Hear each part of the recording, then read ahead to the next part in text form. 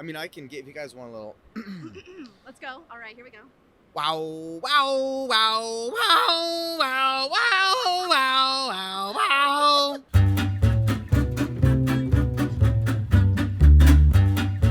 Hey, Popverse, Veronica Valencia here, and I'm sure you've heard of some little shows, Chainsaw Man, My Hero Academia, Welcome to Demon School, Irumi-kun.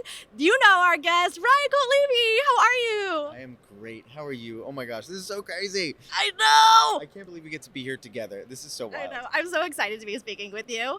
And actually, we've spoken before. The last time we spoke was at New York Comic Con.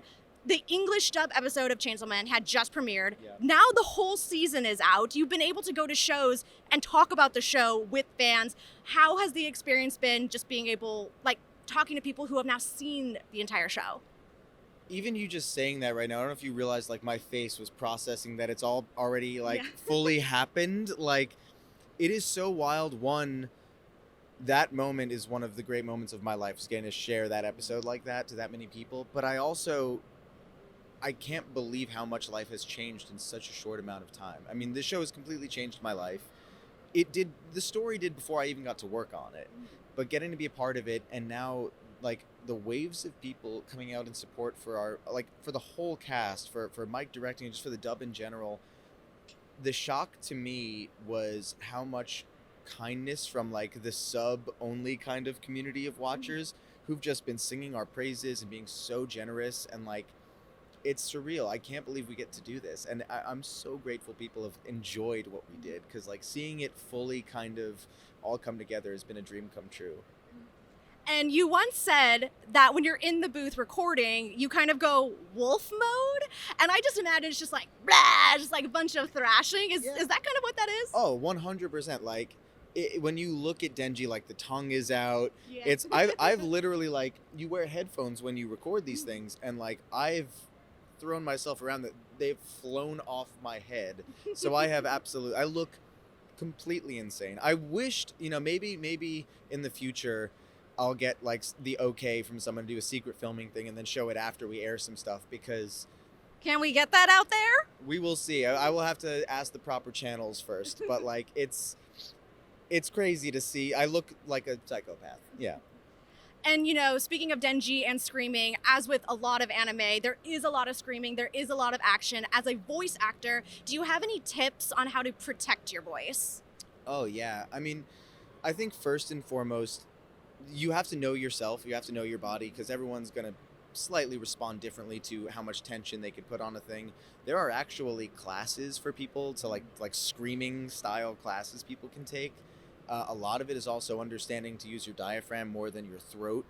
And then there's the aftercare part of it, like, obviously, like, tea, honey, ginger.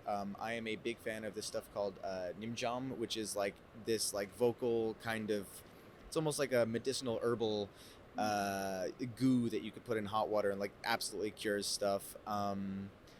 There's a lot of different methods, but I think ultimately it's also understanding yourself enough to know not to push yourself past a threshold, because I think a lot of the common mistakes people make with screaming on stuff is they push themselves past what they're comfortable with because they just want to make people happy, and that's when they hurt themselves. Yeah. So that's the trick, is just, and also, if you have a rough screamy day, give yourself, like, a recovery day where you just talk as little as possible, and then I think you'll be okay. You give yourself a couple of those, I hope?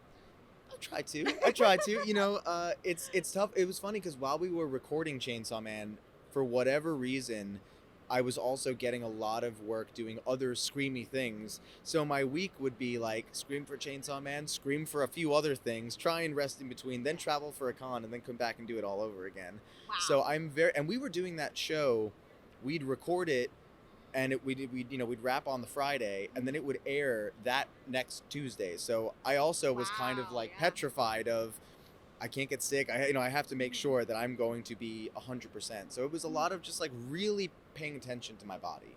And thankfully Mike was really, good at protecting me. And now when the show came out, fans were having a great time with all of the different openings and kind of the movie references in the animation. Did you notice that when you were recording? We didn't actually get to see, a lot of it is just simply for time, because they just want to have you in to record when you're seeing stuff. So, like, I don't even get to see the scenes I'm not in. So I didn't see the intro or the outros literally until I was watching it with everybody else. So I got to geek out with everybody live. Like, yeah, it's really trippy. And it's so cool, the treatment that it's gotten. It's amazing. Now, you did tweet that you're writing a little something, a little song for Aki. Oh.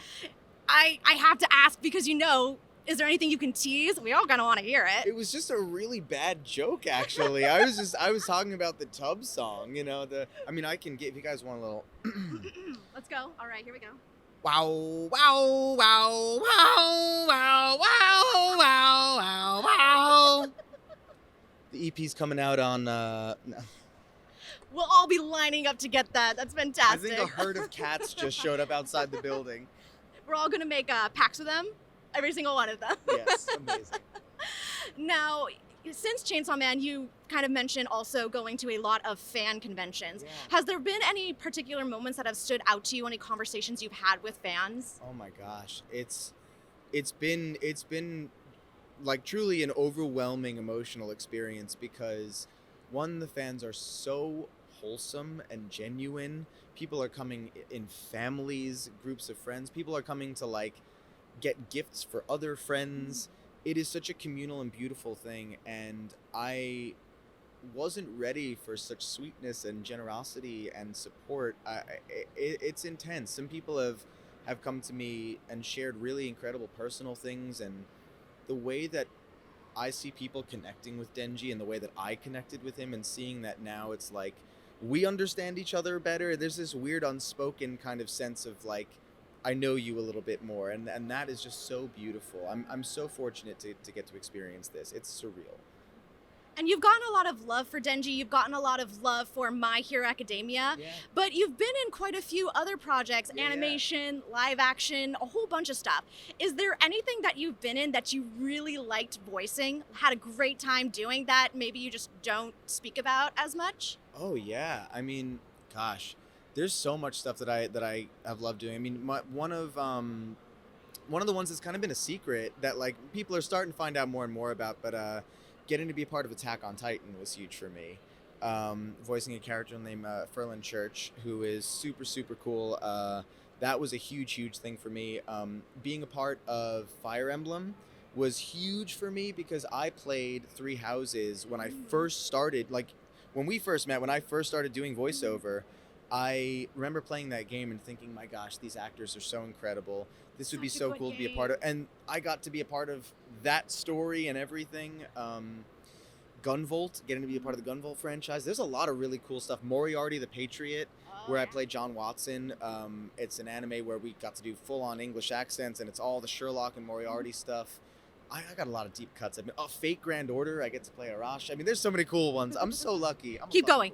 Yeah. JoJo's Bizarre Adventure. I'm very lucky. I've had a wild career already. And you also like to cosplay a little, maybe just a bit of casual cosplay. There's some Denji in there. If you could cosplay, like if you could do anything. The sky's the limit. If I could actually, like, if I had the skill set.